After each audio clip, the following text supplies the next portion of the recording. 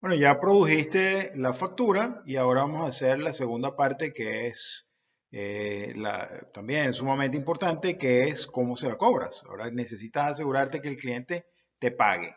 Y si el cliente no te paga, ¿cómo haces para reducir la morosidad que tiene dentro de los sistemas para asegurarte que tienes flujo de caja para poder operar dentro de lo que tú quieres hacer? Entonces, lo que vamos a hacer ahorita es hablar un poquito de la cobranza y vamos a entrar en un poquito de detalle también en las estrategias para reducir la morosidad con algunos ejemplos para que le den ideas de cómo enfrentar este que es un problema sin lugar a dudas importante dentro de las operadoras de agua en nuestros países.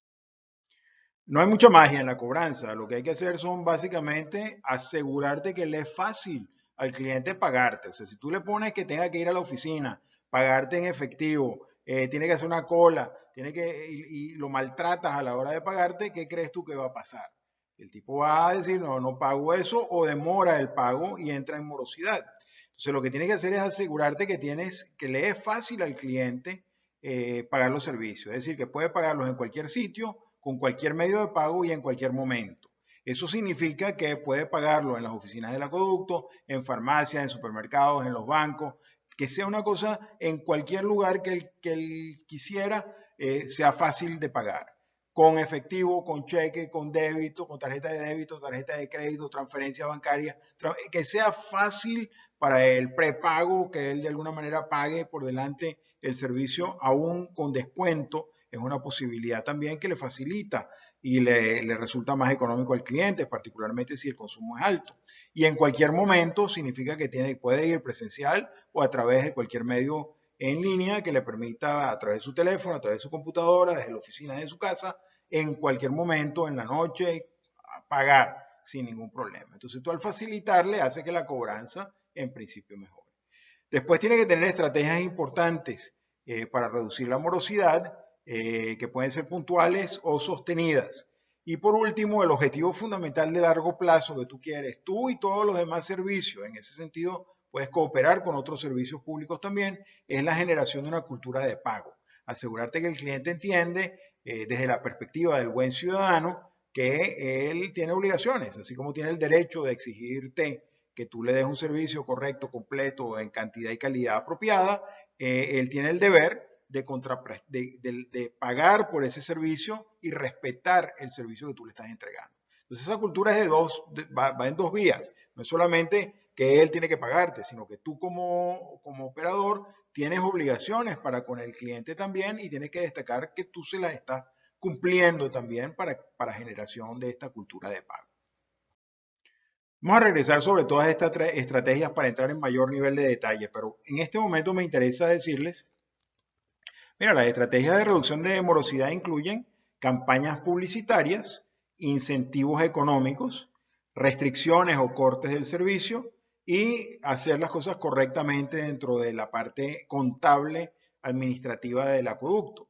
¿Qué significa esto de las campañas publicitarias? Vamos a ver más detalles más adelante, pero no sé si ustedes recuerdan algunas que decían si pagas tienes agua, o sea que si quieres agua tienes que pagar. El agua es vida, no la malgastes. Tu pago es reflejado en obras y la idea de ser un buen ciudadano, que fue una campaña muy interesante de educación pública hecha hace mucho tiempo en Venezuela y que dio muy buenos resultados. Incentivos económicos son tanto de recargos por deuda morosa como descuentos por pronto pago o por ponerse al día. Las restricciones de servicio van desde el corte y desconexión del servicio, a la instalación de reductores de flujo y un combo con otros servicios públicos siempre es interesante también. Si tú asocias tu factura de agua con la de luz, aseo, etcétera, con que haya una de ellas morosa, el cliente está amenazado con el corte de todos los servicios públicos, eso te da una fuerza que es interesante también a la hora de que todos estos servicios públicos quieran pagar. Si tú tienes un mal servicio y la luz tiene un mejor servicio, entonces a lo mejor no tiene ningún interés en afiliarse contigo. Pero si tú eres una persona, una empresa con buen servicio, oye, las demás empresas no tienen inconveniente en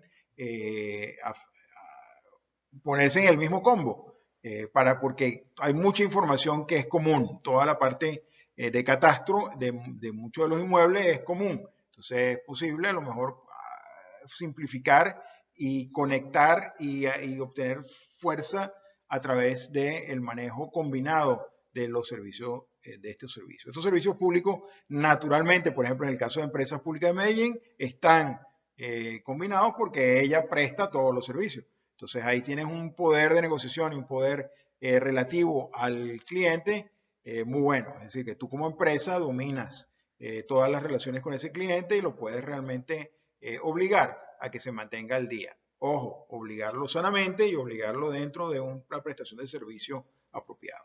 Por último, es muchas veces cuando tú revisas las deudas que están, que por cierto que ese es un indicador importante de la eficiencia financiera del acueducto, cuánto tiene en cuentas por cobrar, cuánto tiene retrasado. Entonces, si esos montos no eran verdad porque estaban inflados por una facturación inapropiada, oye, eso tienes que corregirlo y tienes que actualizar catastro, eliminar servicios de inmuebles abandonados, a lo mejor están facturando inmuebles que ya no están o industrias que ya desaparecieron, entonces estás inflando innecesariamente las cuentas por cobrar del acueducto, eso tiene que haber un mecanismo que permita limpiar toda esa información administrativamente para mejorar los números, para poder mostrar eficiencia comercial tanto a tus clientes como al resto de los entes financieros que te vayan a prestar plata o que vayan a hacer. Yo los invito a que lean este paper, artículo, donde lo llaman 50 trucos para cobrar deudas incobrables. A mí me parece que no son trucos, sino que son mecanismos. Entonces vale la pena, algunos son más interesantes que otros, algunos se aplican específicamente al agua y otros no, pero es una lectura que es simpática y que vale la pena a lo mejor que se lleven esa información con ustedes también. La discutimos en nuestros aspectos, en nuestras clases o en nuestras sesiones presenciales también. Les traigo algunos ejemplos de campañas publicitarias existentes, solamente para que tengan la referencia. Este es el caso de Magallanes, que es en Chile, donde dice cuidemos el agua, cada gota cuenta. Aquí tienes la alcaldía de Valledupar, en Colombia, que dice, bueno, mientras más gastas, más pagas. Entonces lo que te está diciendo es, de una manera positiva, entre comillas, o no sé, yo no sé si es un mensaje positivo o negativo realmente, pero aquí tú ves, te ves amenazado porque si tú estás botando el agua, pues vas a tener que pagar más. Y ellos están haciéndolo de forma enfática, con la idea de que entiendas que tienes que conservar el recurso y pagarlo de todas maneras. Aquí hay mecanismos en los cuales tú quieres, a mí me gusta esta porque enseña que tienes que de alguna manera parar las fugas en tu casa y estimular el uso racional. Aquí tienes una en Nuevo León, en México, que era interesante porque también es de nuevo la conservación del agua, la conservación del recurso. Esta era el Día Mundial del Agua en el 2019, tenían una campaña que decía el agua no tiene precio y entonces te estimulaban a, por un lado, no contaminar, por otro lado, utilizar racionalmente el recurso y son campañas publicitarias de educación pública que son interesantes. Esta me gusta mucho porque dice agua que no es de beber, entonces en lugar de dejarla correr, dice se va para no volver. Entonces es responsabilidad de todos cuidarla. Estas campañas publicitarias arrancan desde el colegio, desde los muchachos, y son los muchachos muchas veces los que traen a la casa la preocupación del recurso y son más que bienvenidos como aliados del acueducto. Entonces toda inversión que tú haces explicándole a los niños o a los muchachos el esfuerzo que tú haces por el agua y los mecanismos para reducir y usar razonablemente el agua se pagan definitivamente y vale la pena hacerla inteligentemente estas campañas publicitarias. Y quería meterme un poquito más adentro, mayor nivel de detalle en los mensajes que pueden tener las campañas de tipo relación con el cliente, creación de una cultura de pago y aprovechar también las facturas como mecanismo de comunicación. Entonces los mensajes que están en esa comunicación entre la operadora y el cliente. El objetivo fundamental es varios, o sea, hay posibles varios objetivos. El ofrecerle información, el invitarlo a participar, el alertar al cliente a cuidar el recurso y llamar a la acción, que haya siempre un call to action, una llamada a la acción que permita al cliente expresarse.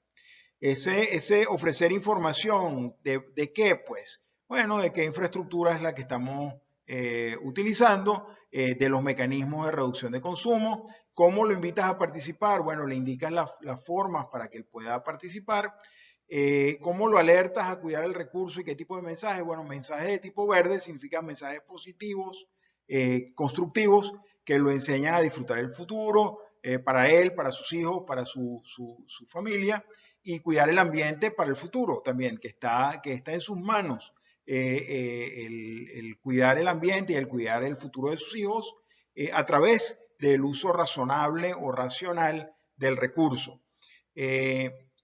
La llamada a la acción fundamentalmente es que pague a tiempo, que pague lo que debe, que no entre en moroso, porque esta es parte de las campañas que nos interesa, y que reduzca las pérdidas, reduzca revisando las instalaciones, avisando si ve botes en las calles, que participe activamente en lo que está haciendo. Si no reduce los consumos, deberían haber sanciones y consecuencias. Todo esto cierra nuevamente a la idea de que, bueno, tú quieres más recursos para tener inversiones, para darle más satisfacción al cliente, más educación y con ella que él tenga más satisfacción también, para poderle subir la tarifa y cobrarle más, para poder invertir, para hacer lo que estamos haciendo dentro del triángulo virtuoso que hemos repetido todo el tiempo como tema fundamental, como hilo conductor de todo esto que estamos haciendo dentro de la operación de nuestros sistemas.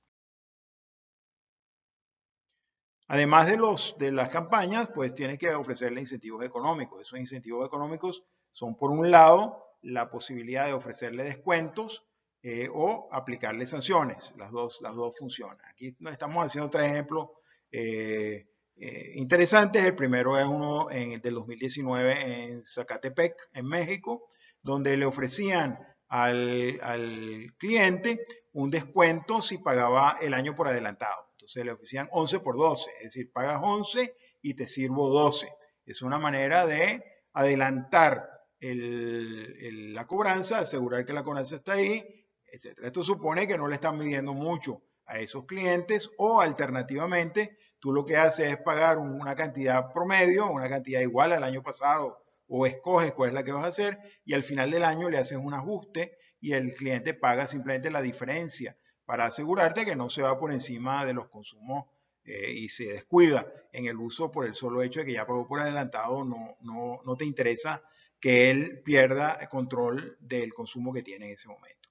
En Bogotá hubo una interesante en el 2013, donde el contribuyente paga de contado el total del impuesto adeudado y el 20% de las sanciones e intereses antes de tal fecha. Si el contribuyente hace esto, recibe un 80% de descuento en las sanciones y en los intereses. Es decir, ya le aplicaron las sanciones y los intereses por mora.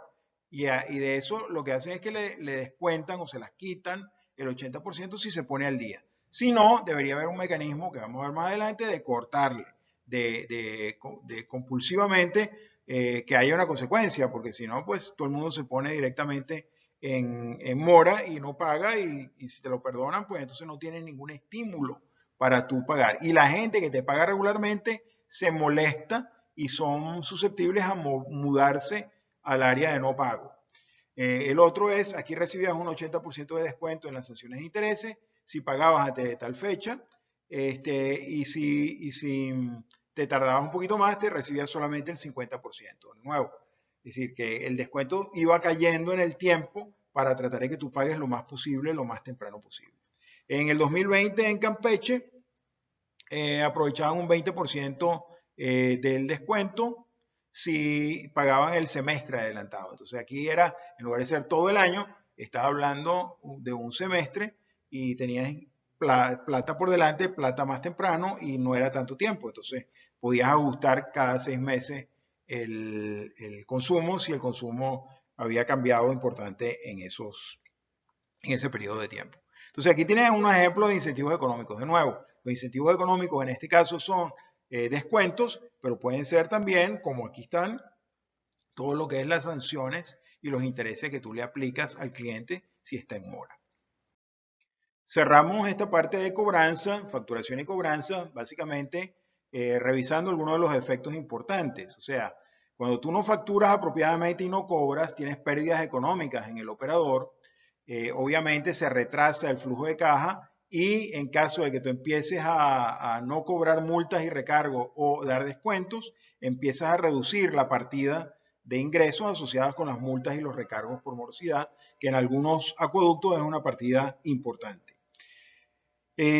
La relación costo-beneficio de aplicar efectos de corte o efectos de reducción o sanciones. Oye, el costo de válvulas reductoras de presión o reductoras de flujo, las válvulas son muy caras, instalarlas es cara, versus el costo de la recuperación o el valor de lo que recuperas, quizás no se justifica solamente en clientes muy grandes con los cuales puedes llegar a convenios de pago más fácilmente que la instalación de válvulas reductoras. El costo de cuadrillas de corte y reinstalación no es bajo, hay que hacerlo de todas maneras en forma pública, notoria, con gente con gente que sean emblemáticas, es decir, que haya mucho ruido asociado con muy poco corte que estimule y asuste al resto de los clientes a pagar. Eso es lo que tú quieres lograr, minimizar el esfuerzo de corte y reinstalación de alguna manera, porque eso cuesta mucho, pero sí tienes que asegurarte que la gente tiene un mecanismo coercitivo en el cual si no te pagan tienes que poder hacer algo al respecto, tienes que tener algún mecanismo. El impacto del corte de servicio es en general muy malo, hay oposición política y hay obstáculos institucionales muchas veces, y el público se molesta, obviamente, porque le estás cortando el servicio. Los políticos de oposición se aprovechan de eso y entonces afectan a tu alcalde, a los autoridades que tienen en ese momento. Entonces puedes tener presión no solamente tuya de tener más ingresos, sino que ahora también los políticos a los cuales tú le reportas están molestos contigo porque estás generando oposición en el público, particularmente importante en épocas de elección. Eso puede ser un problema. En muchos casos hay obstáculos institucionales y legales donde dicen que el agua es un servicio tan importante que tú no tienes derecho a cortarlo. Eso es parte de la discusión, pero legalmente la mayoría de los acueductos tienen mecanismos que permiten sanciones a la gente que no paga y que está morosa con el acueducto. Si te pones muy agresivo, los clientes se pueden transformar en ilegales y empiezan a abusar. Los clientes recurren a la instalación de tomas ilegales y robo del servicio, lo hacen en condiciones normales, entonces tiene que tener un mecanismo nuevamente de cuadrillas de corte y reinstalación que aseguren que tú detectas a los ilegales y a los que te están robando el servicio, tanto en aducciones grandes, en la parte agrícola, como en la ciudad.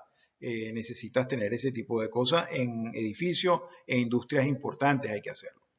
Cuando tú tienes mecanismos para reducir la deuda, y esos mecanismos son medio opacos y dependen de la discrecionalidad del funcionario, tienes un problema potencial muy grande, porque entonces el tipo se arregla, no solamente eso, sino que estableces una situación muy mala entre el cliente y el acueducto y el funcionario. Me explico. Si tú tienes, por ejemplo, un condominio con 100 unidades de vivienda y tienes una administradora que le cobra a los condóminos, les cobra el servicio de agua, pero no se lo paga al acueducto y empieza a bicicletear ese dinero la administradora, se pone en deuda, se pone en morosidad con el acueducto y después se arregla con el acueducto y en lugar de pagar el 100%, que es lo que ya le cobraron a los condóminos, le quitan la mitad de la deuda o el 75% de la deuda o un tanto de la deuda. Eso hace que la administradora tenga incentivos para quedarse con esa plata y el funcionario, si tiene la discrecionalidad, tiene incentivos para meterse en ese tipo de relaciones. Entonces, tienen que tener mucho cuidado con los mecanismos que se utilizan para la solución de establecimiento de acuerdos de pago y montos a pagar que no sean susceptibles a la discrecionalidad de los arreglos de pago, porque estás montándote en una olla muy mala, de guiso muy malo. Entonces, tienes que asegurarte que eso no ocurra. Ya hablamos de la creación de la factura, el documento en el cual tú muestras el consumo multiplicado por la tarifa que te da cuánto debe el cliente.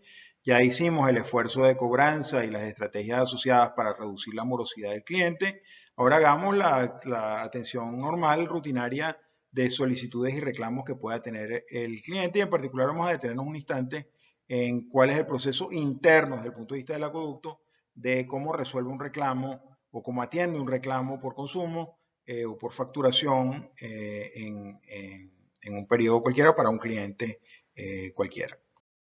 Como dijimos antes, el área comercial es la que da la cara normalmente y en forma frecuente al cliente, en forma constante al cliente a través de sus oficinas comerciales, a través de la factura que le envía, a través de las comunicaciones que hace.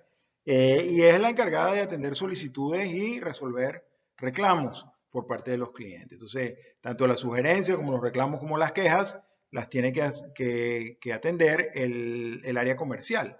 Esas quejas son de dos tipos, o esos problemas o solicitudes son de dos tipos, fundamentalmente comerciales, o sea, los de tipo comercial, y los fundamentalmente de tipo técnico, que a pesar de no ser directamente el área de comercial, pues el área comercial tiene que actuar como un dispatcher y enviarle la información al área técnica para asegurarse que estos problemas técnicos que afectan el proceso de cobranza y la imagen del acueducto se resuelvan rápidamente. Entonces, por ejemplo, entre las solicitudes y problemas y quejas y reclamaciones comerciales están las que son elementales, que es un nuevo usuario, la de los pagos y los ajustes de pago, reclamos en la factura, el que solicita la instalación de un nuevo medidor, el reclamo por un corte y la reclamación de reconexiones y otro tipo de solicitudes que puedan tener solvencias, etcétera, que puedan ser requeridos por parte del cliente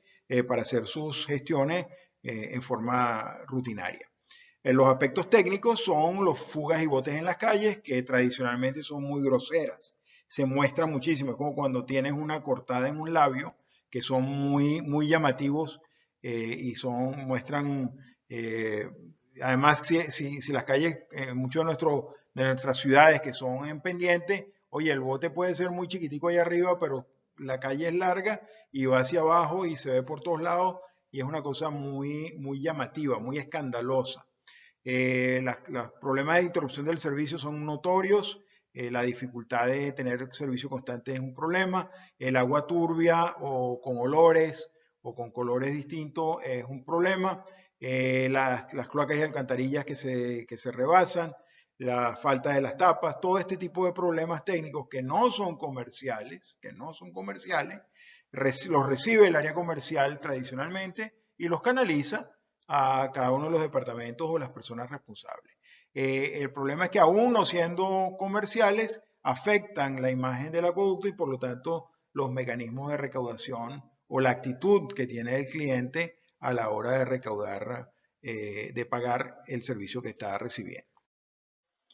Este es un ejemplo de un proceso de resolución de reclamo o la forma en que se organiza el departamento de reclamo. En particular, reclamos de facturación son los que estamos mencionando en este momento. Es decir, alguien que recibe una solicitud del cliente diciendo yo no consumí eso que me estás cobrando es exagerado, ¿cómo hacemos para resolverlo? Entonces el proceso comienza con la solicitud del cliente y el proceso termina cuando la cuenta está limpia y está reincorporada al sistema de facturación.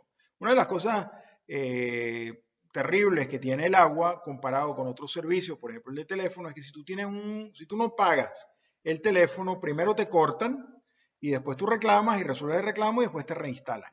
En el caso del agua, si tú tienes un reclamo, no te cortan el agua, sino te siguen suministrando el servicio y no te pueden cobrar, o sea, no te cobran porque tú estás en reclamo, el cliente está en reclamo. Entonces lo que tiene que pasar es que, oye, el acueducto debe resolver ese reclamo lo más rápidamente posible para poder reincorporar al cliente al sistema de facturación y cobranza. Porque si no, sucede lo que sucedía en algunos de los acueductos en el país, en el cual grandes consumidores se metían en reclamo, seguían usando agua, demoraban el pago del servicio a la operadora, porque la operadora no había dado respuesta al reclamo. Entonces la culpa no es del cliente, dice él, bueno, ¿qué culpa tengo yo si tú no me respondes?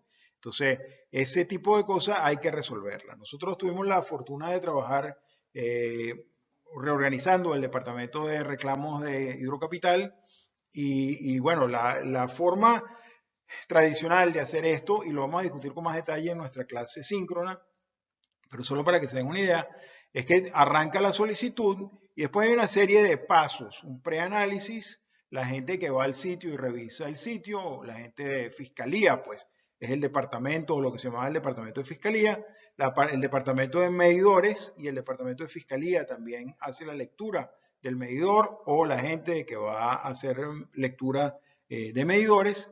Una gente que hace el análisis y cálculo, que estaba una vez que tienes la información del medidor o la información del sitio, haces el análisis y cálculo. Si no hay lectura de medidor, puedes estar de todas maneras pasando del preanálisis al análisis a través de una estimación o algún mecanismo acordado con el acueducto para que esto funcione.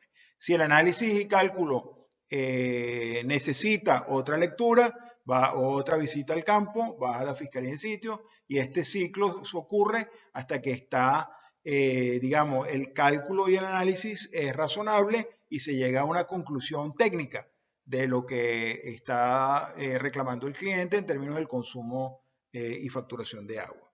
Eso tiene que pasar por un proceso de aprobación por parte de la alta gerencia, de manera tal que no se quede dentro del mismo departamento. ¿Sí? Alguien tiene que revisarlo fuera y aprobarlo para que no pagues y te des el vuelto, pues, para que no haya, reduce un poco la posibilidad de hacer chanchullo. Si no se aprueba, pues tienes que volver atrás a preanálisis. Si se aprueba, entonces procedes a cobrar. El cliente tiene que ponerse al día. Corriges toda la base de datos y los sistemas para la que facturación de aquí en adelante salga correcta y corriges toda la información de catastro. Una de las reclamaciones es, mira, me estás cobrando como si yo fuera una industria y yo no soy una industria, soy una residencia o soy un edificio. Entonces, oye, no puedes seguirme cobrando con los parámetros industriales, sino que cóbrame con los parámetros residenciales. Entonces, eso es una corrección de catastro fundamentalmente. Al final, lo que tú tienes es plata, tienes una solución técnicamente correcta y aprobada por las leyes o regulaciones del acueducto y tienes un cliente que, bueno, está satisfecho o no. O sea, en realidad es irrelevante si en este caso está contento o no con la solución. Lo que tiene que estar es convencido. A lo mejor no le gusta, pero sabe que lo hiciste correctamente. Nosotros tuvimos muchos casos emblemáticos donde la persona reclamaba un alto consumo y entonces lo que hacíamos era instalarle un medidor, claramente, o mostrar que su medidor estaba instalado, entrenar a su personal a que leyera el medidor, al final de lo cual se concluía que la facturación era correcta y el gasto era mucho más que él tenía porque tenía fugas. Entonces lo que hacía era corregir la fuga. Entonces el cliente a lo mejor no estaba contento con la solución, pero no tenía más remedio que aceptarla porque había sido probado pues, que el proceso de facturación respondía correctamente a lo que estábamos haciendo. Entonces, el proceso de resolución de reclamos es súper importante porque plata que está en reclamo es plata que no se cobra en estos casos y es plata que se sigue facturando incorrectamente, suponiendo que hubiesen errores en los parámetros de facturación. Entonces, es muy importante para términos de eficiencia asegurarte que estos reclamos se resuelven rápidamente y bien. En nuestra clase síncrona podemos discutir si estos son departamentos separados, es decir, el departamento de fiscalía que se encarga de hacer fiscalía, el departamento de instalación de medidores que instala medidores por su cuenta y el departamento de cálculo que es el que hace el trabajo de gabinete, pues el trabajo en el escritorio calculando. Nosotros hicimos un cambio importante en esa forma y sentamos tanto a la gente que hacía el preanálisis como a la gente que traía la información de sitio, como la gente que instalaba el medidor, con la gente que hacía el análisis, toda esta gente que son gente diferente, la sentamos en la misma mesa y ellos trabajaban en forma circular, entre comillas, o sea, se iban pasando el expediente de uno a otro, pero podían consultarse inmediatamente, es decir, el que estaba haciendo el análisis y cálculo podía hablar inmediatamente con el que había estado en el sitio. Entonces, esta información, en lugar de pasar de un departamento a otro, con los retrasos que eso tiene, al sentar a todo el mundo en la misma mesa y hacer como una especie de grupo de trabajo, aceleraba y mejoraba la calidad tremendamente del resultado que estaba obteniendo. Cerraba los tiempos y aseguraba oye, los metía en proceso de aprobación más rápidamente. También este preanálisis y todo esto todo este proceso tiene una consideración importante de estrategia. ¿A quién le vas a resolver el reclamo primero? Entonces, si hay, en este caso habían como 10, 15 mil reclamos en pendientes, o sea, un montón de expedientes de mucho tiempo. Entonces, oye, no puedes tratarlos todos por igual, sino que tienes que establecer una estrategia. Esa estrategia puede ser o los clientes que son industriales y comerciales primero, o los clientes que tienen medidores primero, o los clientes en una zona determinada. Entonces, por ejemplo, si vas a instalar o leer medidores, yo quisiera tener un montón de clientes de reclamo de esa misma urbanización o de ese mismo grupo, como se llamaba en el grupo de facturación o grupo de lectura, para que entonces la tarea que hacen mis fiscales sea, en lugar de leer un solo medidor, lean un montón de medidores o visiten un montón de sitios geográficamente en el mismo sitio, con lo cual yo logro mayor eficiencia en el proceso de resolución de reclamo. Ese tipo de cosas las vamos a discutir en nuestras clases síncronas, pero es parte de lo que quería que se llevaran de esta sesión. Ya estamos en la última recta de esta sección. Ya hablamos de facturación, ya hablamos de cobranza y las estrategias para reducir la morosidad, hablamos de la importancia de atender y resolver reclamos, sobre todo porque esto impacta a la vez el proceso de facturación y claramente el proceso de cobranza y claramente la imagen del acueducto. Y nos queda solamente la parte de los retos, y los retos que vamos a mencionar ahorita y que vamos a discutir en nuestras clases síncronas es cómo crear la cultura de pago, la importancia de crear la cultura de pago, aunque lo hemos mencionado ya, mecanismos y ejemplos de las zonas informales y por último el mecanismo para mantener actualizado el valor de la tarifa y que no se pierda en el tiempo cuando hay incremento de costo de los insumos que afectan al operador. La importancia de crear la cultura de pago es no solamente para el caso del acueducto, es para el caso de todos los servicios públicos y además los servicios privados. Por ejemplo, esto es un ejemplo de uno de los bancos, un banco que al entregar créditos, en particular créditos de interés social, le interesa asegurarse que la gente entiende la importancia de la cultura de pago. Entonces, ¿qué significa cultura de pago? Bueno, el ser responsable y honesto con nuestros compromisos financieros. Las ventajas de ser responsable y honesto. Bueno, tu salud mental y emocional y física, vas a proyectar una imagen positiva y creíble como empresario, abres las puertas para crecer y tener mayores créditos en el futuro y fortalece tu récord crediticio. Entonces, la cultura de pago beneficia al empresario en forma clara. En el caso nuestro, nosotros queremos lograr una equivalencia con el caso del agua, es decir, que las ventajas sean que la persona está también mejorando su récord crediticio porque cumple con sus obligaciones financieras. Entonces le dan una serie de tips de cómo hacer para mantener una cultura de pago mejorada, planificar con tiempo cada pago, respetar las fechas, los pagos y los montos, diferenciar los gastos prioritarios de los innecesarios, analizar las fuentes y uso de fondos, para poder saber de dónde vienen los ingresos y en qué los está gastando y buscar arreglos de pago antes de caer en mora, de manera tal de que estás diciendo, mira, esta es la cultura de pago. Un ejemplo interesante de la cultura de pago era la idea de ser un buen ciudadano. Y esa campaña que habíamos mencionado que ocurrió en Venezuela de ser un buen ciudadano iba desde maneja decentemente, respeta las luces de cruce, tú como peatón cruza por los pasos de peatones, es decir, toda una cultura que hace que el usuario entienda que es miembro de una comunidad y que esa comunidad tiene reglas y que la forma de hacer que esa comunidad crezca en forma ordenada y organizada no es un desorden, sino que es a través de un mecanismo de respeto de las obligaciones que cada uno tiene. El segundo reto es la gerencia de las zonas informales o irregulares. O sea, aquí hay toda una serie de esfuerzos importantes en todas las operadoras de todo el mundo, pero particularmente en nuestro continente, de gerenciar estas zonas informales. Por un lado, para reducir la pérdida de agua. Esa es la primera función desde el punto de vista de las cantidades. Es decir, que si tú entregas agua a zonas informales que no tienen control del consumo y control de las pérdidas, pues puedes perderla. Segundo, que esa agua que tú no manejas bien en zonas informales, si están en zonas dependientes o están en cerros, oye, pueden causar problemas de inestabilidad física, pueden problemas de salubridad importantes. Entonces tú tienes una obligación claramente de asegurarte que el barrio y las zonas pobres estén bien atendidas también.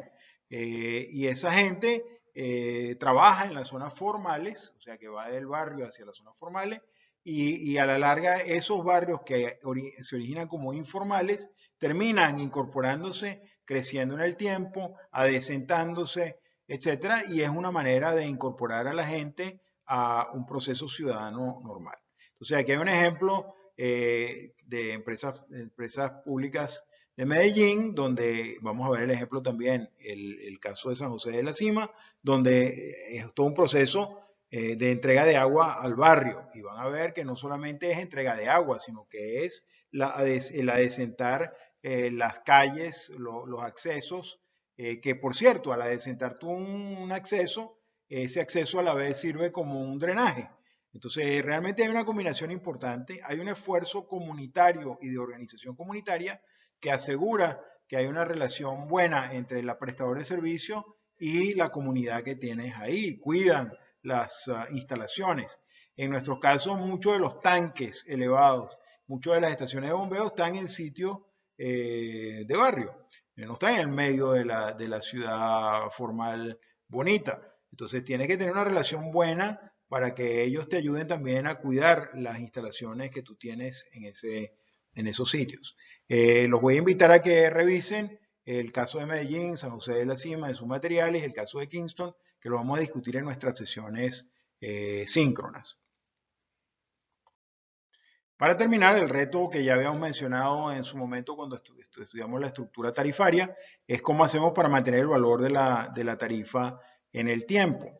Y la forma que hacemos es establecer, la que sugerimos institucionalmente, la mejor, es vincular casi en forma automática el valor de la tarifa, en este caso el precio medio referencial, con el cambio en los precios de los insumos más importantes en función de la estructura de costo de la empresa. Es decir, los costos más importantes son de electricidad, de personal, de químicos, inflación y el costo del dólar, pues entonces lo que tú quisieras hacer es asegurarte que la tarifa sube en forma automática o lo más automáticamente posible con ese cambio en estos factores de costo que tú tienes ahí.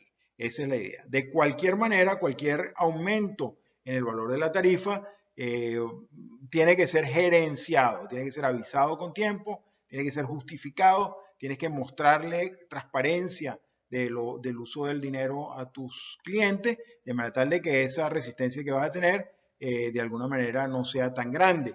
Y tienes que también apoyarte en las autoridades y en los políticos para asegurarte que no tienes una reacción negativa ante el aumento de las tarifas que vayas a ir proponiendo.